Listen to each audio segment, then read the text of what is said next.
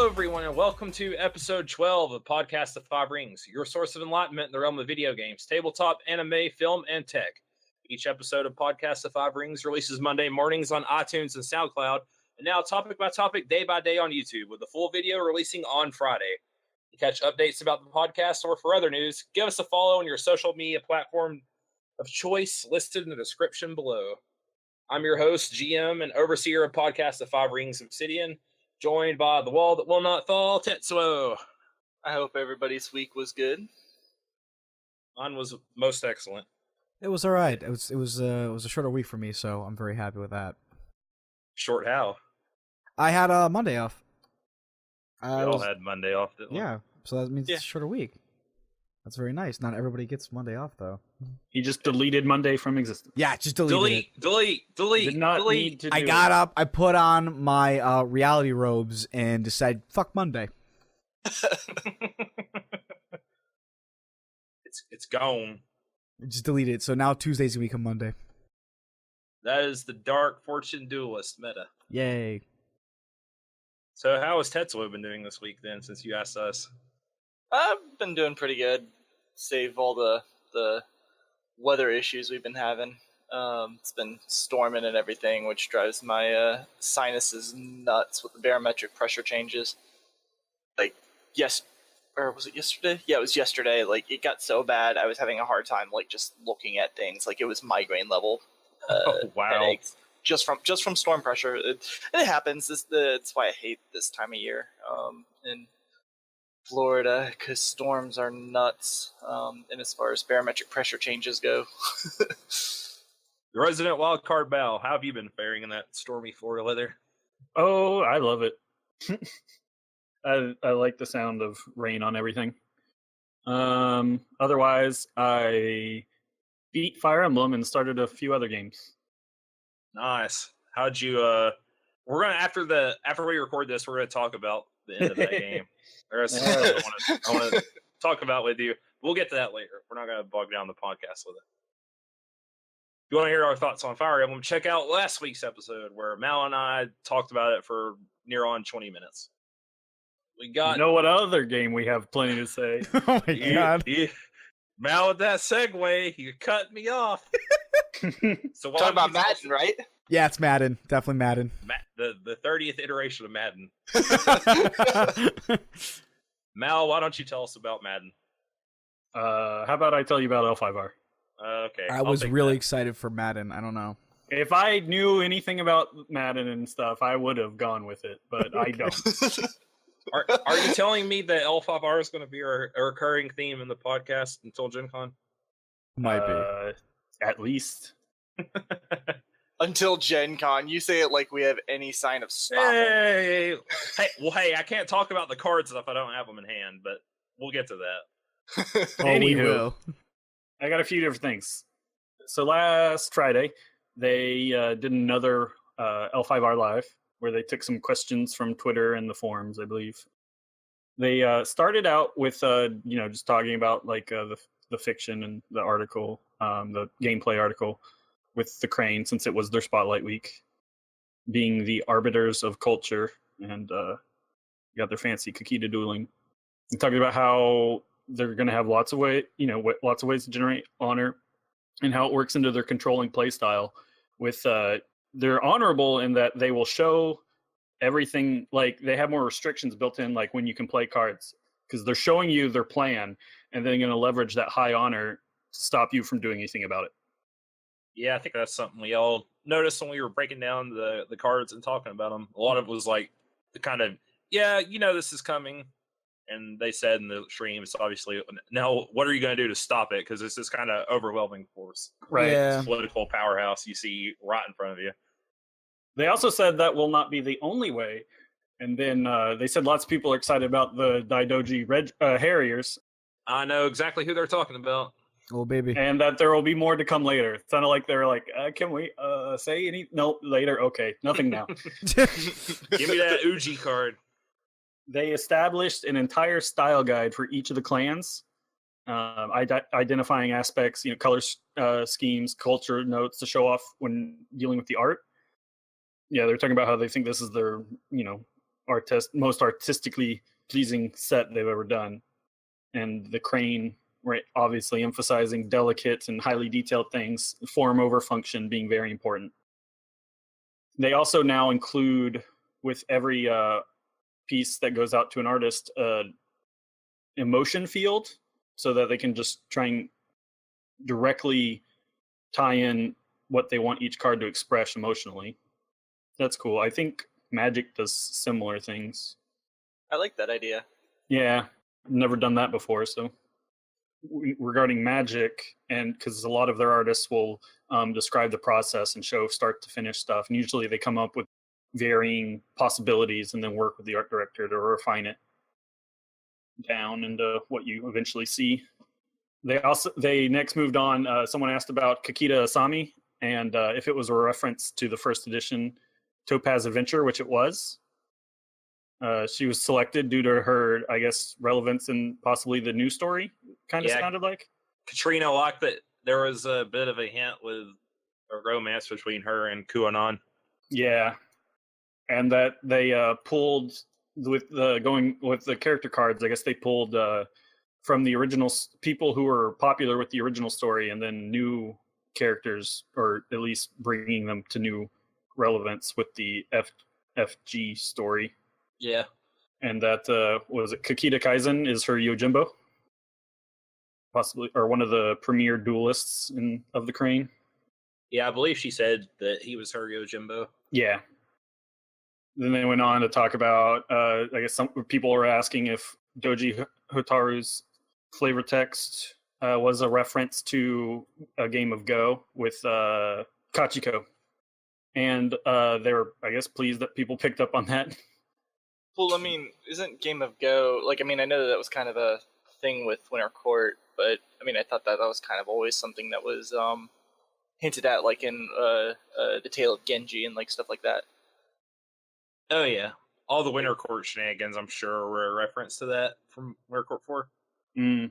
No, but I mean, like in Japanese literature of the time with the samurais and stuff, they would oftentimes use that metaphor with Go to apply romance and romantic involvement. Well, Yeah, they stated that they actually met at a Winter Court and then entertained themselves with Game of Go, and they talked about how how it'll probably play into the story, how a relationship between two high-ranking individuals of separate clans. Gotcha. Things will lead into that, or how and they also talked about the rule of Ko being where you can't. You have to be careful about maneuvering your pieces around the field. You could get into stuck into a loop, infinite loop, and the two of them, that they need to be able to outmaneuver each other without just being stuck in court. They went on to talk about the lion being a popular choice to splash to cover up military weakness index, and there's a province that lets you switch conflict types. So you can use that as a surprise. Yes, balance the left and right hands. All according to plan. Keikaku. Keikaku. I didn't want to say it. I just wanted to see the meta with. I would say it. I love that meme. Oh, you. Editor's note. And then there's, of course, the dragon with their attachment focus, and then aiding and dueling aspects. That the best dueling deck is if dragon or crane splashing the other. Seems expected. Yeah. If I build my deck just based off of that, you'll probably see me splash possibly lion. The lion for any honor thing based, and definitely dragon for dueling power. Right. I didn't play the original L5R in the early days or anything, but it feels like the FFG iteration is going to be very easy to splash other clans into your deck. Like they seem to be developing it in such a way where you're not going to be as hesitant to include other factions. Yeah, it doesn't mess up your economy as much, because you had blood money in the old game where you had to pay basically 2 more gold to splash a personality. Now it's obviously just tied to whatever your stronghold's influence value is. So yeah, no resource messing up. A lot simpler, yeah. They also hit up a few gameplay questions towards the end. You can't win a conflict with 0 skill for whatever reason. Yep, like you gotta have at least one. Yeah, and there's also no negative. It like you can't go below 0. But if you get a boost after you would be a negative. You like recalculate. Yep, gotcha. Yeah, so the penalties aren't lessened at all if you're like force penalty down, basically. Yeah, or skill penalty in the new iteration, I guess. So, like, generally every other card game where you can't really go below 0. Yeah, but there is that net value. Yeah. Yeah, you can. So they also talked about how you can pass a conflict, and then the next time it rolls around, you get to declare either military or political. But then after that, you won't be able to take the other that you passed earlier. Yep, only 2 windows for you to declare a conflict.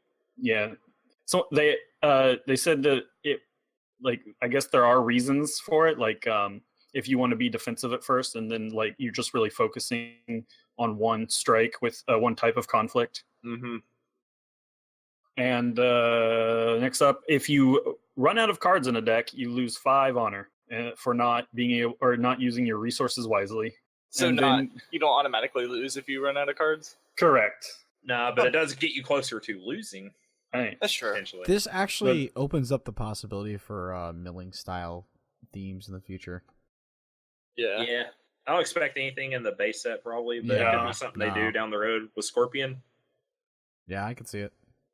Or even if Spider comes, or not Spider, Mantis comes around, like, you know, stealing resources from other clans. That would actually be pretty bloody thematic for them. Yeah. Pirates. Yeah. Exactly. We shall see. Yeah. So you just shuffle back your discard and use that, I guess. And you do not need to be present to take actions in a conflict at all. Like, so if you have 0 people, you can still mess with the conflict. Yep. As long as you have actions. Yeah. They don't have a personality as a cost. Have a personality at the conflict, or obviously control a personality, bow a courtier / whoever. Yeah. Obviously, Shugenja will be helpful with that. Yep. Is that so? That does count for even like characters that aren't at the conflict. They can take just normal action. bushy. So you can play actions out of your hand. Use abilities on characters. That's pretty swanky. Yeah, but Shugenjas are going to have basically they're going to be the ones with the majority of the abilities that will have something that could affect the conflict without them being there. Your artillery, if you will. Yep. Shooting that fire from across the battlefield. Pew pew. They also said that no one like if you tie in a duel, it's just a tie and no one wins or loses. No loss penalties or win bonuses trigger. Yeah. Duelist does nothing. I don't think any of the keywords do anything. Is what they basically finally said. Traits have no rules associated with them. They're just there to be like played off of, like they've talked about with cavalry. Yep. So you don't have like a separate card that says move your cavalry person to the battlefield or something like that. Yeah. Or only attach this to a certain type of like duelist or something. Begin this duel with a duelist, etc. I think that was about it. It was a pretty short video. Yeah, it's 25 minutes. They mostly focused on the kind of some design philosophy of the art and what we touched on here at the beginning of this. Yeah. Some of a few of the questions were stuff we kind of already knew that they'd answered before. So, I mean, wasn't a whole lot of meat to the video. Right. But at the end, they did announce who was next as the character spotlight, which is what we assumed as well, and it's the lion. Lion, yay! Rawr. It's kind of cool that they aren't going in alphabetical order. Yeah, I like it. It's kind of nice to see that for once. And who then wants to see the crab first? Am I right? Am I right? Shut your face. Nobody likes a crab. They were robbed. Robbed, I tell you. Wrong. It's okay. So with the announcement, they showed off their first card, and it was Kodo Gunso. It's a 2 fate character for a 2/1 with 2 glory. Has the keyword pride. After this character wins a conflict, honor it. After this character loses a conflict, dishonor it. And it has the reaction. After this character enters play from a province, refill that province face up. That was always been a really good mechanic in the game. Yeah. Anytime you can refill provinces. The guys also just costed very well. 2 fate for a 2/1 is pretty good. Then he has 2 glory. Now, obviously, the glory can be a big swingy kind of thing if he ends up losing a conflict. Yep. Yeah. I mean, there's that little bit of a gamble, but he fits really nicely in an aggressive style deck. I feel like that's definitely somebody who you want to use if you're going to be pushing for military victories often. Yeah. Yep. Or military conflicts, I should say. Yep, but see him and you have the potential to get 5 guys, and since Line are all about swarm, I mean, it fits their theme perfectly. Yeah. Yep. I would also note that, like, considering the fact that if he loses a conflict, he's at or if he wants, let me just get my point. I don't think you actually want to invest too much into this guy. You kind of want him to get in there, get that win, maybe sit around, but you kind of want him to get out before you have to force to use him to defend in a conflict that you might lose. Yeah. Yeah, well, I think most of the low fate characters are going to be like 1-turners, maybe like 2-turners. It's going to be like the big characters that you're going to want to invest more fate and keep around longer if possible. So, and he's especially, like you were saying, one that you want to just get in. Hopefully you can get him to win a conflict and get him honored, have him fade out, get you an honor, net you another card. Yep. So Speaking of high cost of characters and military swarm and whatnot, next up we had Honored General for 4 fate. He is a 3/1 with 2 glory, and his abilities are: during a conflict in which this character is participating, each other lion character you control gets +1 military. And he has a reaction that after this character enters play, honor it. This is the most horseshit card I've seen. This is my favorite of all the line cards we've seen so far. Literally the most horseshit card. Oh, okay, let me just go into this fight. By the way, all the guys that are under me, they all get stronger. Also, I just honored myself, so I'm also stronger. How would you like to die today? Combining that with the stronghold too. Dude, he is so good. He's so fucking good. Oh my god. Yeah. Enters play is a 5/3. Yeah. Swings and gives all your other line guys just +1 military. I mean, super good. Should be a 5 cost. If you can find ways to ready him, then he's a 3 political skill if they political attack you. Yeah, he's just solid no matter where you place him. Really good. The best card we've seen so far for line. Yeah. We also got Phoenix spoiler, Know the World, which is a 1 fate event. It's a void spell, and the action is: switch a ring in your claimed ring pool with an unclaimed ring and gain all the fate in that ring. Retain the ring's conflict type. That is actually a really useful card if nobody's been hitting a ring for a while, because I mean it costs you 1, but you could end up getting a net gain of like 1 or 2 out of that. Yeah. I think that the extra fate's more awesome. It's just the ability that you can use a ring twice. Like we were saying last week, that's going to be a pretty powerful ability in Hotaru, and that the Phoenix or even anyone for 3 influence can get access to. That's pretty awesome. What's weird to me is that it's an event card and it's a spell. So they're apparently, what type of card it is going to be hands off for whatever keyword it could possibly be. Yeah. Whereas traditionally they were attachments in the old game, which makes sense. I don't know. I mean, like, the ring is nice, but I'm going to stick with my saying that, like, in this game, it's kind of clear that fate doesn't always seem to be an easy thing to get. So anything that can help you get a little bit more is pretty potent. Yeah. Yep. I think most of the time it's only going to be like maybe 1 extra, or you'll end up even. So that's why I'm thinking it's not going to be as big a deal, but we shall see. Yeah, it's all how it happens in the actual meta. Next up was our preview card, Honored Blade. It's a 1 fate attachment that gives +2 military might, no political. It is restricted, so no more than 2 restricted attachments per character. I want and this it card. has a restriction that reaction. After the attached character wins a conflict, gain 1 honor. I want this card so badly. Yeah. This is it's only 1 influence too, so it's going to be in 1 for 2 military skill by itself is really good cost on attachment.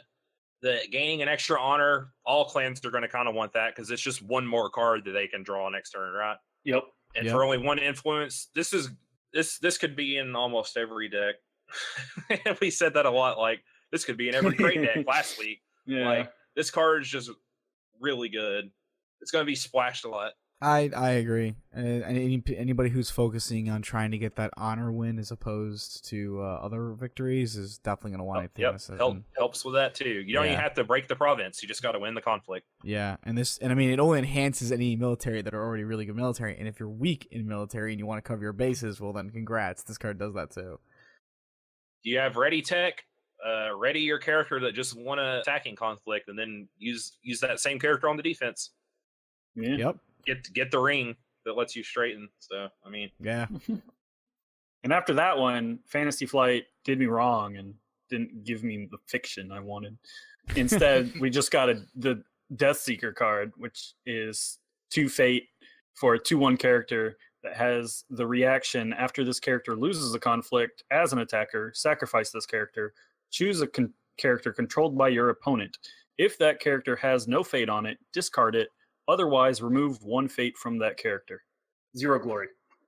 Yep. This is literally the Void Ring in a character format. You were like, this is how the Lion do politics. Well, I think that's why she's political, is because the Lion, obviously aren't going to be that strong with it. They gave her, it's not like thematically necessary correct at all, but her having 1 political skill for her ability makes sense because you can run her into a losing battle. Your opponent has to be really careful when he sees the Death Seeker attacking with who he or she declares as defenders. Otherwise, they could lose a card that they might value, and even if they win the battle and they have a character that does have extra fate on it, then they're not going to get that return on that fate they invested. Well, so.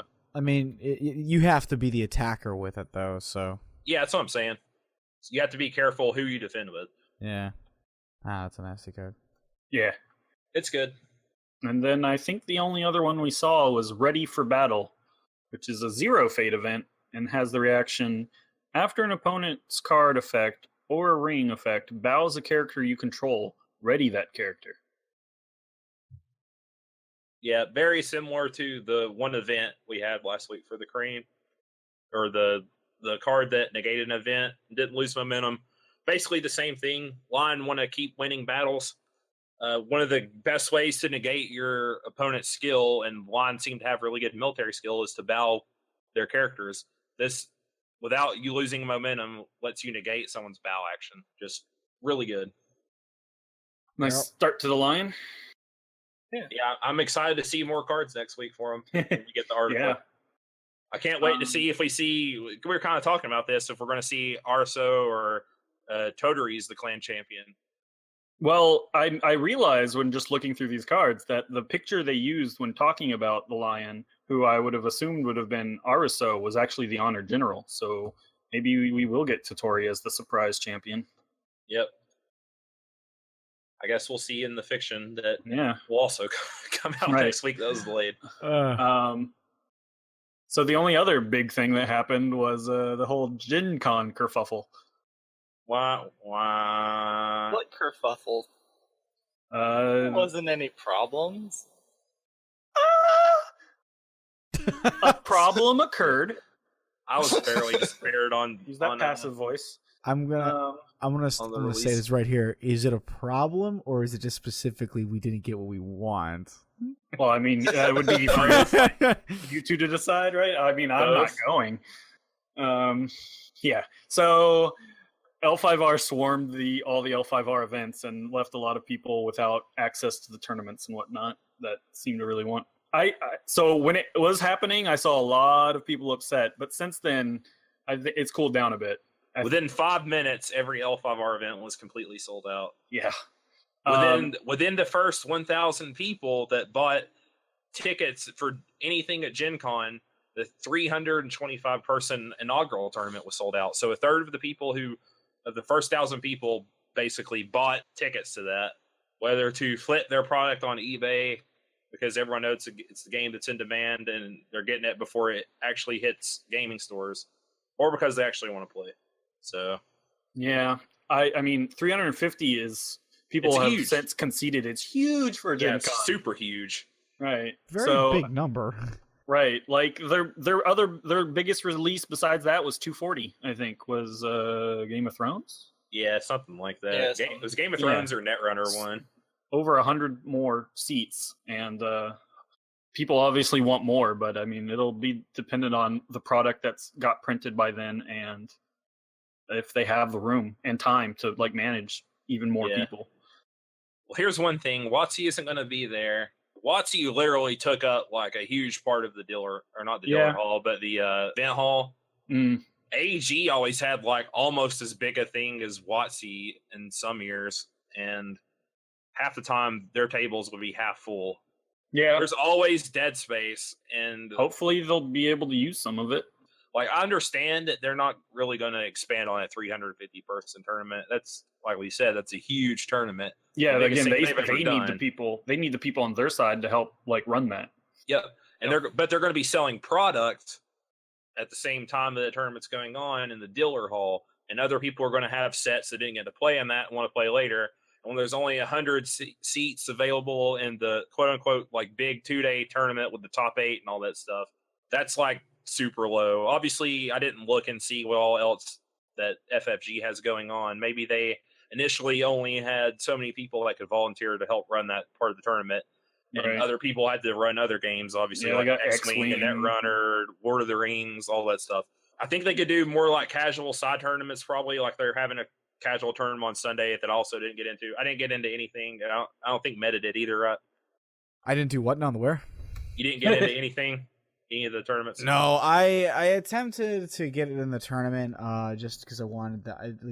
I'll completely say it. I had no expectations of actually playing in the tournament, but I did want to get a copy to part actually of the problem. Play. I am part of the problem. But you can helpfully note that I did not succeed at my plan. So you also weren't going to flip the product. No, I wasn't going to flip the product. God, Take no. your promos. No, I was going to play it. I was definitely going to try to play it a little bit, but the problem was that I'd already had plans to do some stuff this year prior to them. Like, I know 2 years of playing, you knew this was going to happen, but I didn't actually know they were going to do a tournament this year. So I'd already made plans to do some other stuff during those time slots, but I definitely wanted to get at least hold of the game to play it.